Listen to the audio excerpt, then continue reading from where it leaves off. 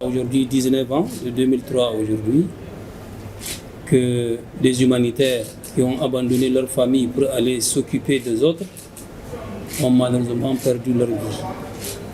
Et c'est à cette occasion que chaque année, nous nous retrouvons pour commémorer cela en leur mémoire, mais aussi et surtout voir comment nous pouvons continuer le combat qu'ils ont eu à faire. Et c'est dans ce cadre qu'aujourd'hui nous nous retrouvons, toute la communauté humanitaire et le gouvernement du Niger.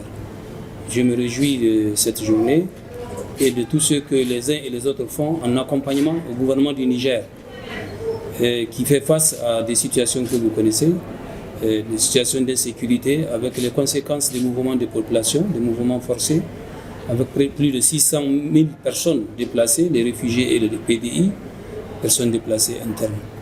Et face à cette situation, le gouvernement ne pourra pas pouvoir résoudre les problèmes et les besoins des uns et des autres. Et c'est pourquoi depuis un certain nombre d'années, la communauté humanitaire et le gouvernement élaborent des outils. Le plan de soutien du côté du gouvernement et le plan de réponse humanitaire du côté humanitaire, qui sont des outils qui permettent de mobiliser les moyens, les efforts pour pouvoir accompagner les populations en détresse. Nous avons atteint des chiffres records, tristement records, de par le monde, de personnes ayant besoin d'aide humanitaire. 303 millions actuellement, hommes, femmes, enfants ayant besoin d'aide humanitaire. C'est-à-dire, pas des gens qui ont besoin d'un peu d'assistance, c'est des gens dont la vie dépend d'une assistance urgente de soutien. C'est donc dire que nos bailleurs, nos partenaires sont aussi obligés de satisfaire différentes exigences, différentes priorités. La deuxième chose à souligner, toutefois, c'est que les financements au Niger ne sont pas en baisse. Elles suivent une trajectoire que nous connaissons depuis plusieurs années. Et donc, le constat à faire, c'est que les financements nous parviennent trop tard.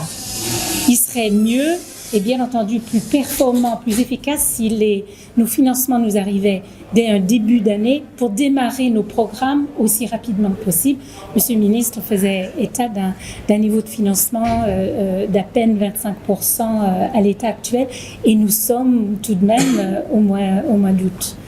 Peut-être que le troisième constat à faire, c'est aussi le Niger fait quand même relativement bonne figure dans la sous-région. Le Niger, en comparaison à d'autres pays, se porte relativement bien. Mais un dernier constat à faire, c'est notre capacité de pouvoir avoir une vue d'ensemble de tout ce qui est donné au Niger pour pouvoir répondre sur le plan humanitaire. Nous n'avons pas cette vue d'ensemble parfaite. Beaucoup d'assistance, de financement parviennent au Niger de manière bilatérale et donc échappent à ce cadre commun de planification. Notre encouragement, c'est bien entendu à ce que les bailleurs coordonnent avec nous, non seulement pour qu'on ait ces vues d'ensemble, mais nous aiguillons aussi les bailleurs vers des priorités qui ont été établies en concertation avec les autorités de ce pays. Voilà, donc une meilleure coordination, des financements qui viennent plus tôt et bien entendu tenir compte des besoins dans la sous-région qui sont aussi le propre des besoins du Niger. D'une manière générale, au 6e mois de l'année, depuis 3 à 4 ans, le plan de réponse humanitaire est exécuté autour de 40%, 40-42%. C'est assez souvent vers le mois d'octobre, novembre qu'on arrive à constater que ça remonte autour de 50%, en tout cas toujours depuis 4 à 5 ans, ça n'a pas dépassé les 50% de réalisation. Vous savez, l'humanitaire, ça ne doit pas durer. Lorsque une situation perdure, eh bien, ça rentre un peu dans l'oubli. Prenons le cas de Difa. Difa, depuis 2015, où il y a eu mouvement de population, nous avons plus de 200 villages qui se sont déplacés le long de la Comodougou pour être assistés.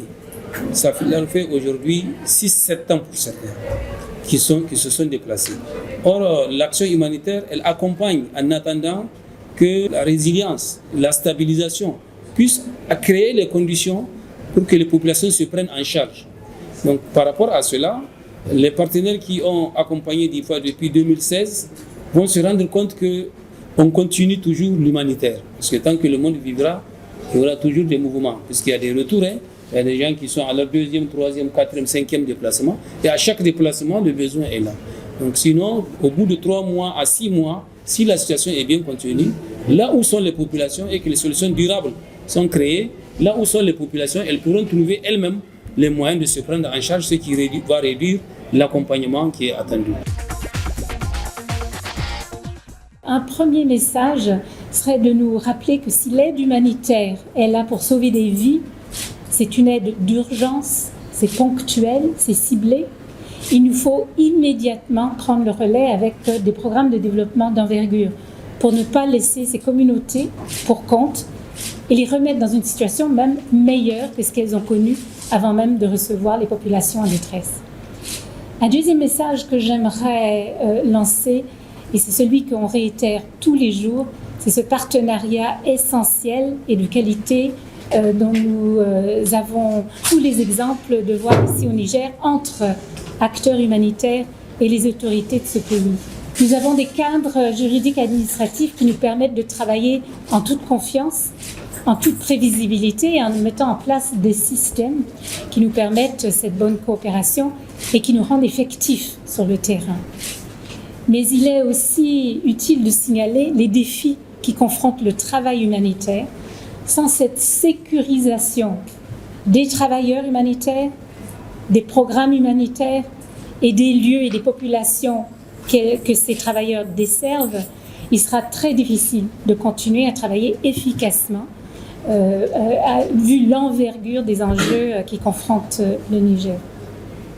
Et enfin, j'aimerais lancer un vibrant appel à nos multiples partenaires. Nous avons eu la démonstration d'ONG grandes et petites et qui œuvrent partout ici dans le pays, dans les 8 régions du pays. Nous ne pouvons fonctionner, Agence des Nations Unies, Mouvement de la Croix-Rouge et du Croissant-Rouge, ONG, sans le soutien indispensable et financier de nos partenaires.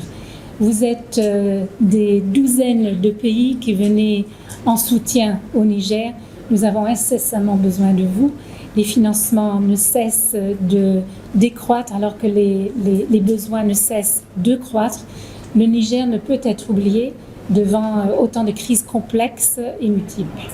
Un grand merci à nous tous qui formons un village d'action ayant à cœur le bien-être des populations du Niger.